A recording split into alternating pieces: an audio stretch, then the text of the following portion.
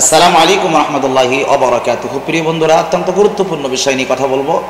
আমরা আজকে আলোচনা শুনব যে বিষয়টি নিয়ে, সেটি হলো যে এমন 5টি আমল আমরা করব যে 5টি আমলে অবশ্যই আল্লাহ পাক যদি আপনাকে রিজিক বৃদ্ধি করে দেন। আমরা রিজিক নিয়ে অনেক সময় চিন্তিত থাকি, পেরেশানি থাকি যে কি আমল করলে আল্লাহ পাক আপনার আমার রিজিক বৃদ্ধি করবেন।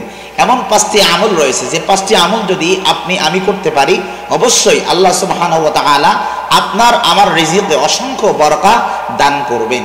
এক নম্বরে হচ্ছে আমি আমার রিজিক যদি প্রশস্ততা চাই, তাহলে অবশ্যই আপনাকে আমাকে যেটি করতে হবে সেটি হলো ইস্তেগফার বেশি বেশি করে পাঠ করতে হবে।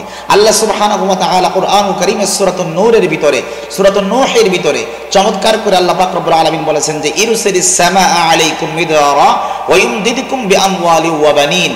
এই আয়াতের আগের আয়াতে আল্লাহ পাক বলেছেন ফাকুল তাস্তাগফিরু রাব্বাকুম ইন্নাহু কানা গফফারা, যে তুমি যদি রিজিক বৃদ্ধি করতে চাও তাহলে অবশ্যই বেশি বেশি করে ইস্তেগফার এই আমলটি আপনাকে করতে হবে, আল্লাহর কাছে ক্ষমা প্রার্থনা করতে হবে, তাহলে অবশ্যই আপনার রিজিক বৃদ্ধি পাবে।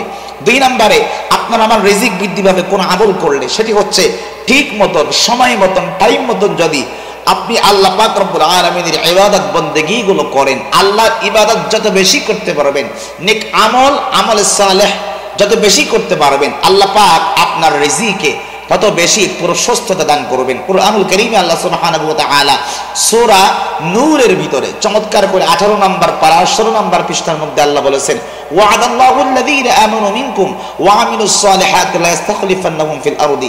এই আয়াতে কারিমার মধ্যে আল্লাহ সুবহানাহু ওয়া তাআলা বলেছেন যে আমি নেক আমল যত বেশি করব, আমল সালেহ যত বেশি করব, আল্লাহ পাক আপনার আমার ভয়, আপনার আমার সমস্যাগুলি সব দূর করে দিবেন। এরপরে 3 নম্বরে যে আমলটি করলে আপনার আমার রিজিক বৃদ্ধি পাবে, সেটি হচ্ছে আত্মীয়তার সম্পর্ক বজায় রাখা। আত্মীয়তার সম্পর্ক যদি আমি বজায় রাখতে পারি, লা ইয়াদখুলুল জান্নাতা কাতিউন, যারা আত্মীয়তার সম্পর্ক ছিন্ন করে তারা জান্নাতে প্রবেশ করবে না, কিন্তু যারা আত্মীয়তার সম্পর্ককে বজায় রাখে, অটুট রাখে, তাদের জন্য আমার ভাইরা মিশকাত শরীফের 5173 নম্বর হাদিসের ভিতরে চমৎকার করে আল্লাহ পাকের হাবিব সাল্লাল্লাহু আলাইহি ওয়াসাল্লাম বলেছেন, যারা এই কাজটি করবে, ঠিক মতন তাদের আত্মীয়তার সম্পর্কগুলি বজায় রাখবে, আল্লাহ পাক তাদের আত্মীয়তার সম্পর্ক বজায় রাখার কারণে তাদের রিজিককে আল্লাহ অভাব মুক্ত করে দিবেন, তাদের রিজিকে আল্লাহ পাক বারাকা দান করবেন।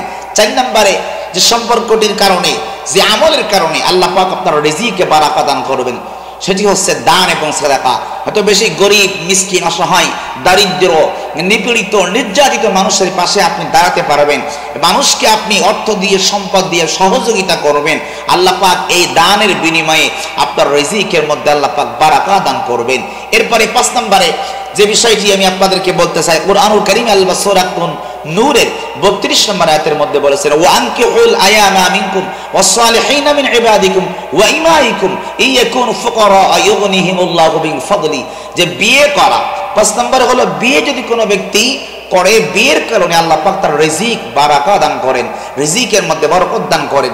দেখবেন অনেক ব্যক্তি আপনি বিয়ে যখন করবেন তখন আল্লাহ পাক কুরআনুল কারীমের মধ্যে বলেছেন, তোমাদের মধ্যে যারা অবিবাহিত আছে, তোমাদের দাস দাসী আছে এবং যারা সামর্থ্যবান, তারা যদি বিয়ে শাদী করে ফেলো এবং বিয়ে যদি ওদেরকে হয়ে যায়, আল্লাহ পাক তোমার অভাবগুলিকে মোচন করে দিবেন, অভাবগুলিকে দূর করে দিবেন। তো প্রিয় বন্ধুরা, আমরা যারা রিজিকের তাড়নায় আমরা খুঁজে বেড়াই, আমরা যারা অভাবের মধ্যে রয়েছি, এই 5টি আমল যদি যথাযথভাবে আমি করতে পারি, অবশ্যই আল্লাহ সুবহানাহু ওয়া তাআলা আপনাকে আমাকে রিজিকের মধ্যে অসংখ্য বারাকা দান করবেন। আমরা যেন আমলটি করতে পারি, আল্লাহ পাক আমাদেরকে কবুল করুন।